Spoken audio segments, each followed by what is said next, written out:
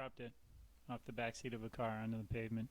Looks like it hit about here, then cracks spidered everywhere. Luckily, everything still works. The LCD, touchscreen, digitizer, all the ports. On this phone, the LCD and digitizer are separate parts, and I just need to replace the digitizer. Here's the replacement digitizer. This one I got from tmart.com, but it looks like you can find them lots of places. Tmart included 2 case splitters and the correct size torque screwdriver. The only other tool you'll need is a 00 precision Phillips screwdriver. There's protective plastic on both sides. Obviously, don't peel this off till you have to. This isn't too bad a job. Just make sure you have a lot of time, a lot of patience. Worry about electrostatic discharge. Don't force anything. What can I say? It worked for me, but there's a very good chance you're going to trash your phone permanently. So make sure you're understanding everything you're doing. Now remove the 6 torque screws holding the back plate on. They have Loctite on them, so be careful unscrewing them. Go slow, be firm, don't strip anything. If you strip a screw, you're toast.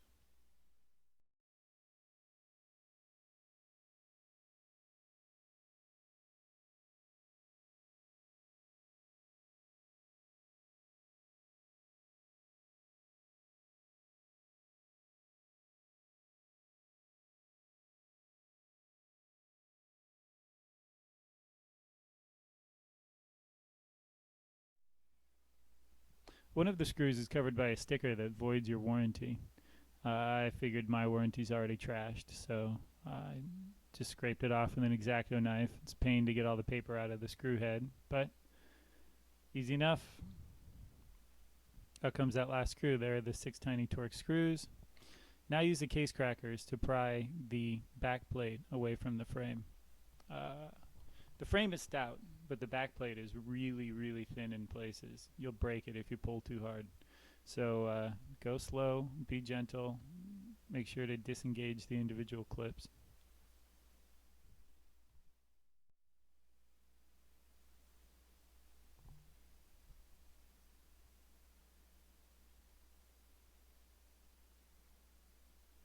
This took me a while, obviously edited.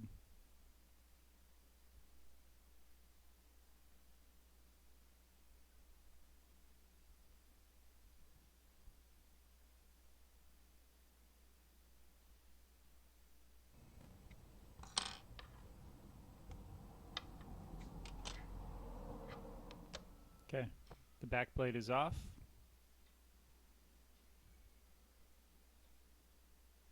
Now peel up the RF shielding over the 2 flex cable connectors on the bottom PCB. Found it easiest to peel up the little bit over the screw hole and then go back towards the connectors. Only peel up the part over the connectors, don't remove the whole thing. You're going to stick this back down when you're done. This is what the flex connectors look like, 2 of the 4. To open them, you pry the white plastic tab upward. Here I'm removing the small RF shield on the upper right. I don't think I needed to remove this.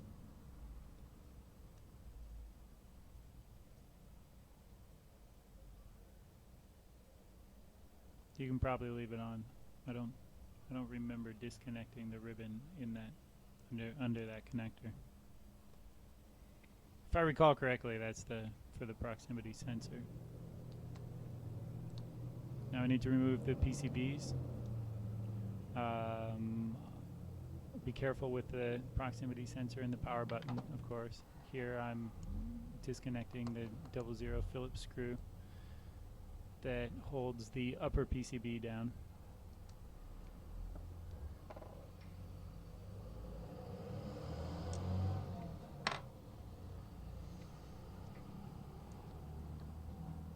Screws out. Now it's time to remove the 2 flex cables connecting in back of the upper PCB. It's really tight back there, not easy to get at.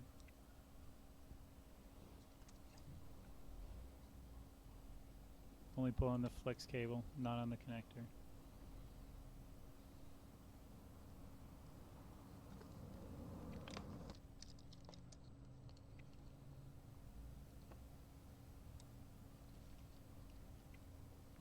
I'm undoing the 2 flex cables on the bottom PCB.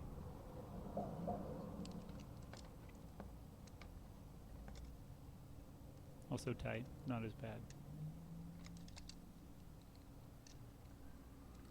You can see earlier I disconnected one of the RF, the coax cables. That small black guy. That was a mistake. I'll plug it back in.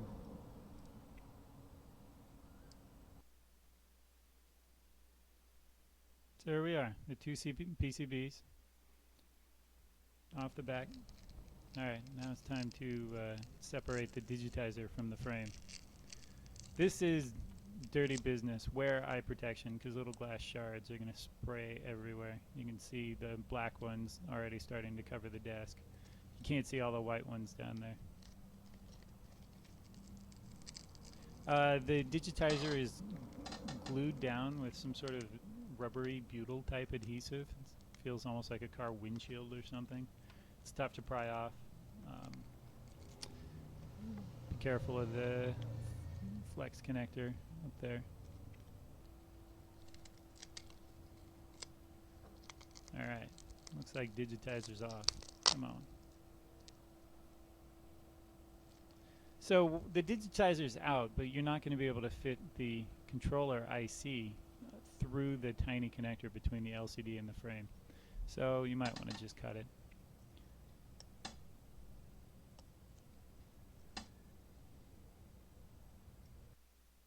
Make sure to get every last piece of the broken digitizer out.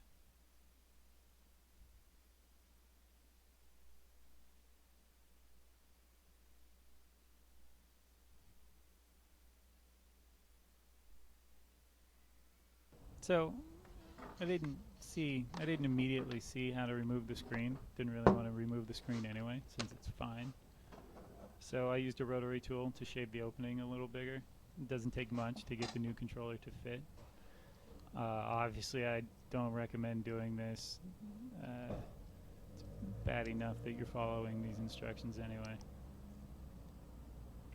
So here, slip the controller and flex cable on the new digitizer through.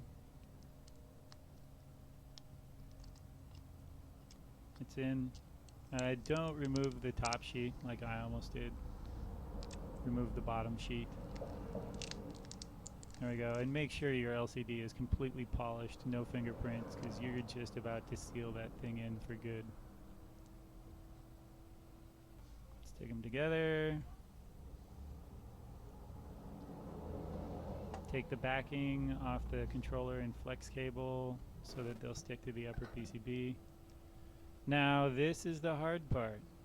Reconnect all floor flex cables.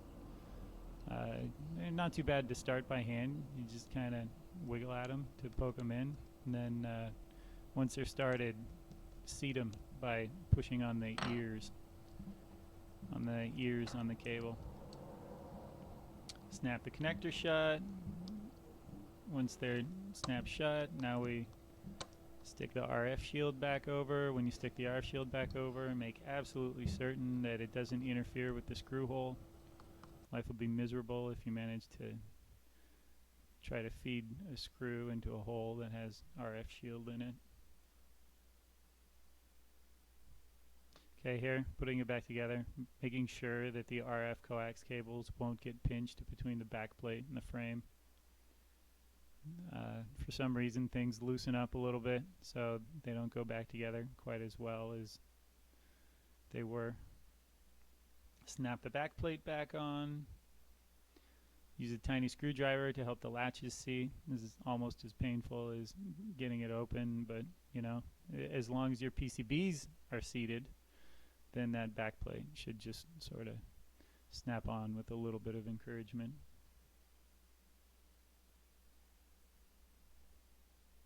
There it is. Replace the 6 Torx screws. This isn't too bad.